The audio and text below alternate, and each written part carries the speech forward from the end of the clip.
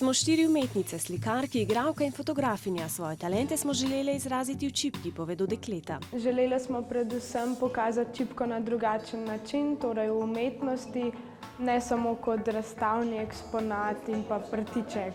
A na začetku je bila čipka in vse znajo klekljati. Klekljam že 8 let, pač od 2. razreda osnovne šole. Všeč so mi vsi vzorci, najbolj kakšen polpremet ali pa različni. Pa čipka mi je pa tudi nasplošno všeč, ker je pač ena tradicija pa nekaj posebnega.